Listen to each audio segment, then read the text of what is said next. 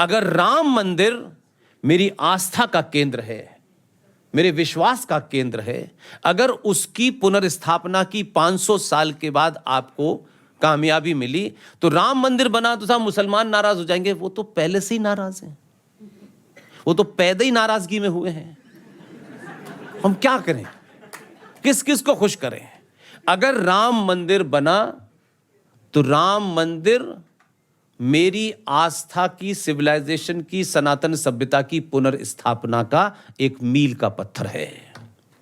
और दूसरी तरफ उसकी चर्चा नहीं होती। मैं वही कह रहा हूं, हम बड़े या तो थोड़ा आईक्यू लेवल हमारा कम है, या हम कुछ चीजें बोलना नहीं चाहते कोई बड़ा ना हो जाए। जितनी चर्चा राम मंदिर पे हुई, उतनी चर्चा इस बात पे क्यों नहीं हुई कि अगर राम मंदिर को भी एक इस्लामिक आतताई ने तोड़ा था, उसकी स्थापना अगर 500 साल के बाद, क्योंकि वो हमारी आस्था का केंद्र था,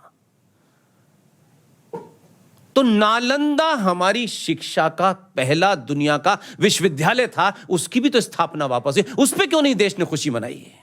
उसकी चर्चा क्यों नहीं हुई? क्योंकि उस पर चढ़ावा नहीं चढ़ेगा। तो आप जब राजा को तय करें तो दोनों आपकी इंपॉर्टेंट फैक्टर थे। जब ये जो कैम्ब्रिज है और ये तमाम यूनिवर्सिटीज, जब ये पैदा नहीं हुए थे, तब ये जानते नहीं थे, तब विश्वविद्यालय नालंदा था। उसको भी इस्लामिक आतताई ने तोड़ा और 4 महीने तक किताबें जली और 95 लाख किताबें जलती रहीं, क्योंकि उन्होंने कहा कि एक किताब आ गई है बिना कॉरियर के, ऊपर से आसमानी किताब, उसके बाद जरूरत ही नहीं किसी किताब की, है ही नहीं जरूरत।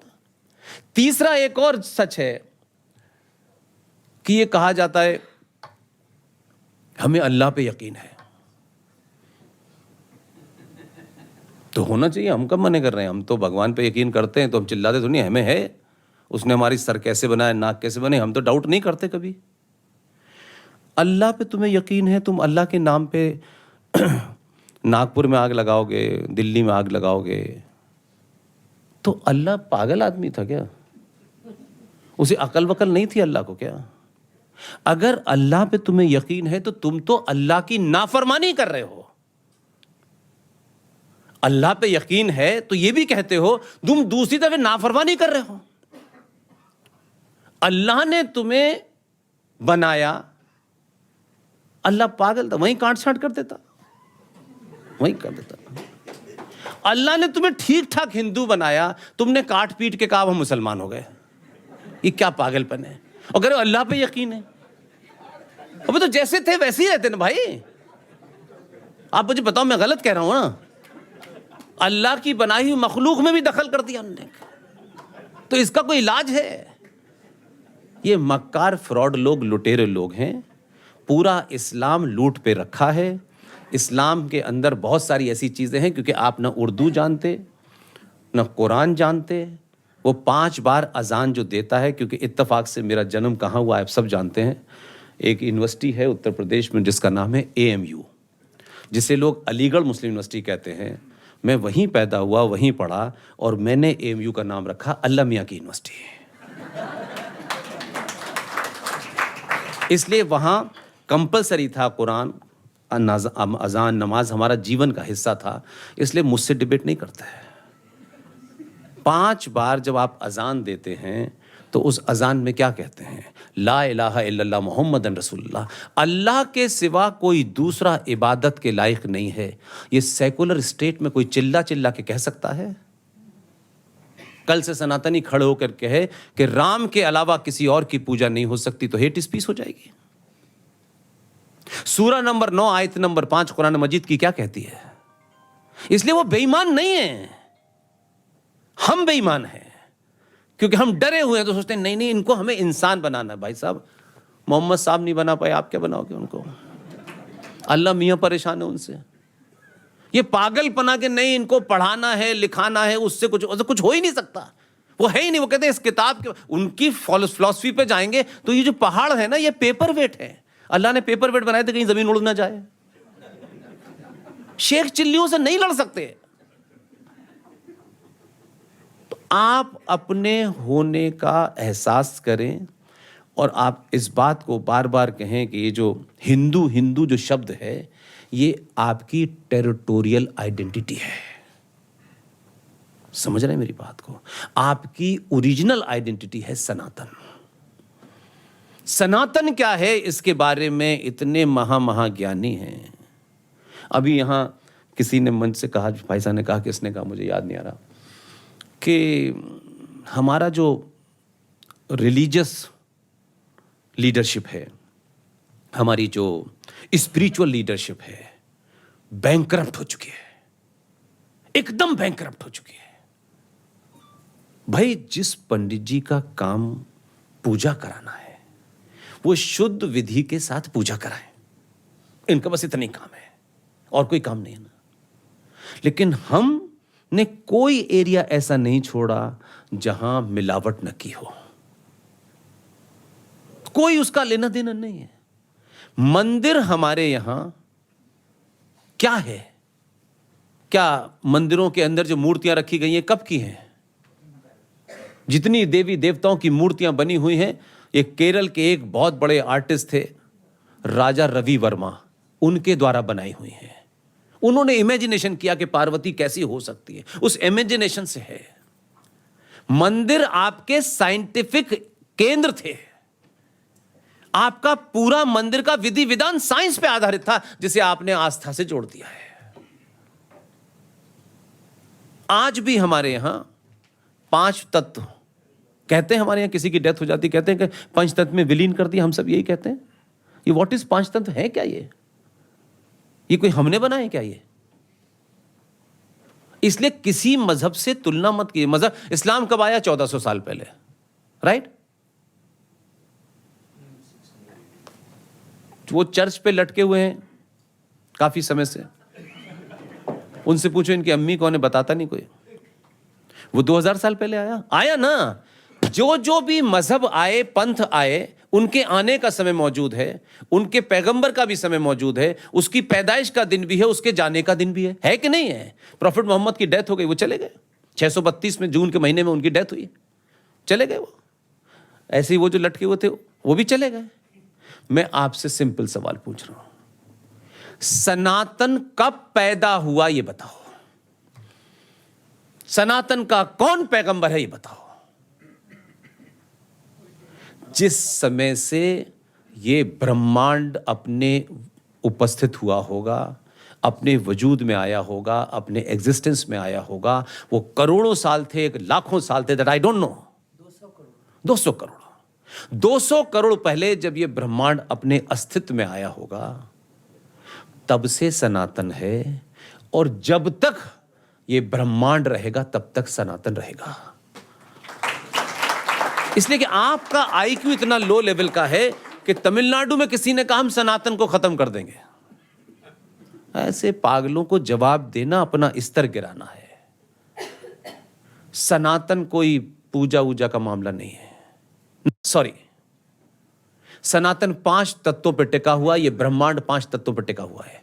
आपका ऋषि मुनि करोड़ों साल पहले जानता था, लेकिन वो आपको कम्युनिकेट उस साइंटिफिक भाषा में नहीं कर सकता था क्योंकि हम उतने विकसित नहीं थे। उसने सिंबल से जोड़ दिया।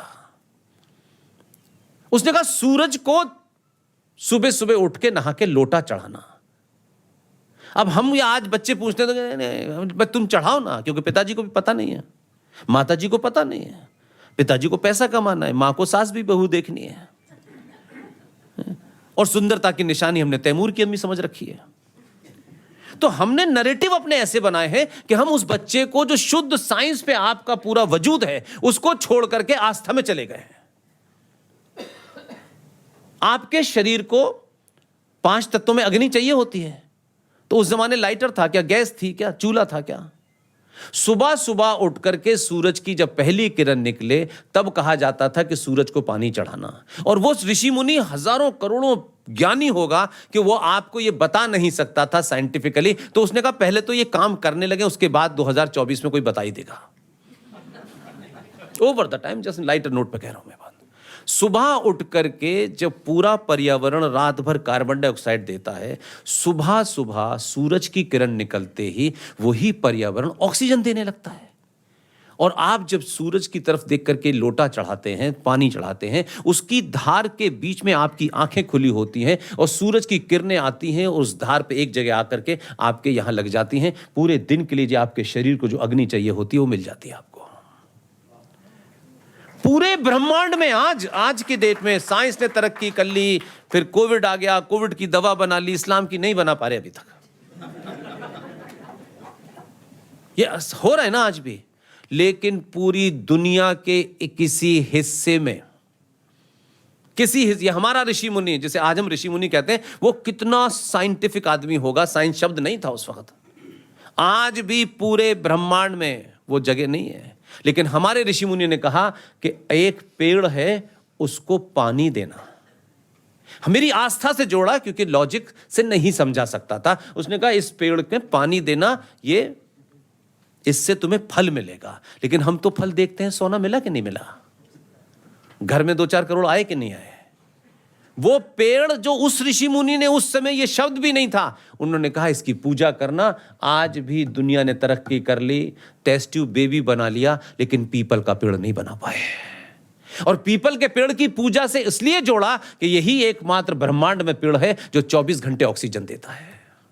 उसको कैसे प्रोटेक्ट करना है, तो आपकी आस्था से जोड़ दिया कि इसको काटना वाटना मत, इसको खराब मत करना। फिर आती है आपकी पानी, जल को किससे जोड़ा? मैं थोड़ा समय ज्यादा ले रहा हूं, डोंट टेक। मुझे लगता है कि मतलब मैं अपनी बात अधूरी कह के जाता नहीं हूं वैसे में, और मैं जाने भी नहीं दूंगा। पिक्चर हॉल का शो 3 घंटे में खत्म होता है, मैं तो अपनी स्पीच 3-3.5 घंटे में भी खत्म नहीं करता। नहीं, मैं सॉरी, मैं सीरियस मत लीजिए इतना। लेकिन ये है कि देखिए, आपने मुझे बुलाया है, मैं जो किताबों में बात है ये तो आप पढ़ लेंगे, कुछ लोग इसे अपने ड्राइंग रूम में रख लेंगे और लोगों को बताएंगे ये किताब, पढ़ेंगे फिर भी नहीं इसमें। मुझे मालूम है, बड़े बड़े लोगों की लिखी किताबें लोग रख लेते हैं ताकि इंप्रेशन पड़ना चाहिए कि पढ़े लिखे लोग हैं। खोली कभी नहीं होगी उन्होंने, ये है हमारे यहाँ कल्चर है, बड़ी बड़ी बातों पे बात करना। तो वो जो जिन 5 चीजों को बताया गया, आप सोचो कि आज भी उसमें कोई बदलाव नहीं हुआ है। दुनिया का सबसे बड़ा सच क्या है? द ग्रेटेस्ट ट्रुथ, जो कभी बदल नहीं सकता। कोशिश में लगे हैं लोग, बदल नहीं सकता। दुनिया का सबसे बड़ा सच है मां। मां से बड़ा सच ही नहीं है कोई। मां से ज्यादा पवित्र चीज ही नहीं है कोई। इसलिए मां के भाव को कहां जोड़ा? उन 5 तत्वों में जल से जोड़ा। हर नदी, कृष्णा, कावेरी, गंगा, जमुना पिताजी के नाम पे नहीं है।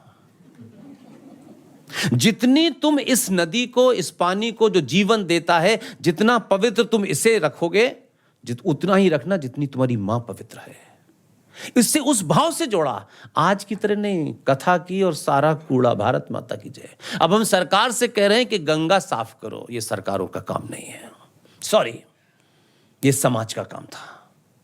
आपके 5 तत्वों को उसने इतनी खूबसूरती से डिफाइन किया, आप उसे छोड़ के कहां जा रहे हैं? किसके पीछे जा रहे हैं? किसका इलाज ढूंढ रहे हैं? अपने आप को, जो मैं आसान तरीका है, आप एक को पकड़ेंगे, फिर उसे मारेंगे, फिर याकूब मेनन को मारेंगे, फिर उसामा बिन लादेन को मारेंगे, ये फैक्ट्री बंद तो नहीं होगी, ये तो चलती रहेगी। इसका सबसे बेहतरीन इलाज ये है, सच बोलिए, शक्ति से बोलिए, और पूरी दुनिया उस सच से शायद एक राय न भी रखे, तब भी बोलते रहिए। अपने होने का एहसास कीजिए, अपने पूर्वज कौन है उनको याद कीजिए। मेरा पूर्वज 47 में नहीं है। आज भी पूरी दुनिया भारत को भगवान राम और आचार्य चाणक्य से जानती है। आप वापस लौटिए, सिर्फ इतना ही करना है, अपने होने का एहसास करिए। लोगों को खुश करने के लिए अपनी आस्थाओं को, अपनी मान्यताओं को, परंपराओं को बदलिए मत। हम ऐसे ही हैं। You want to do with friendship with me, okay, accept my term, get lost. ये नहीं होगा। हम इधर बदले, हम क्या हो गए हमको पता नहीं है।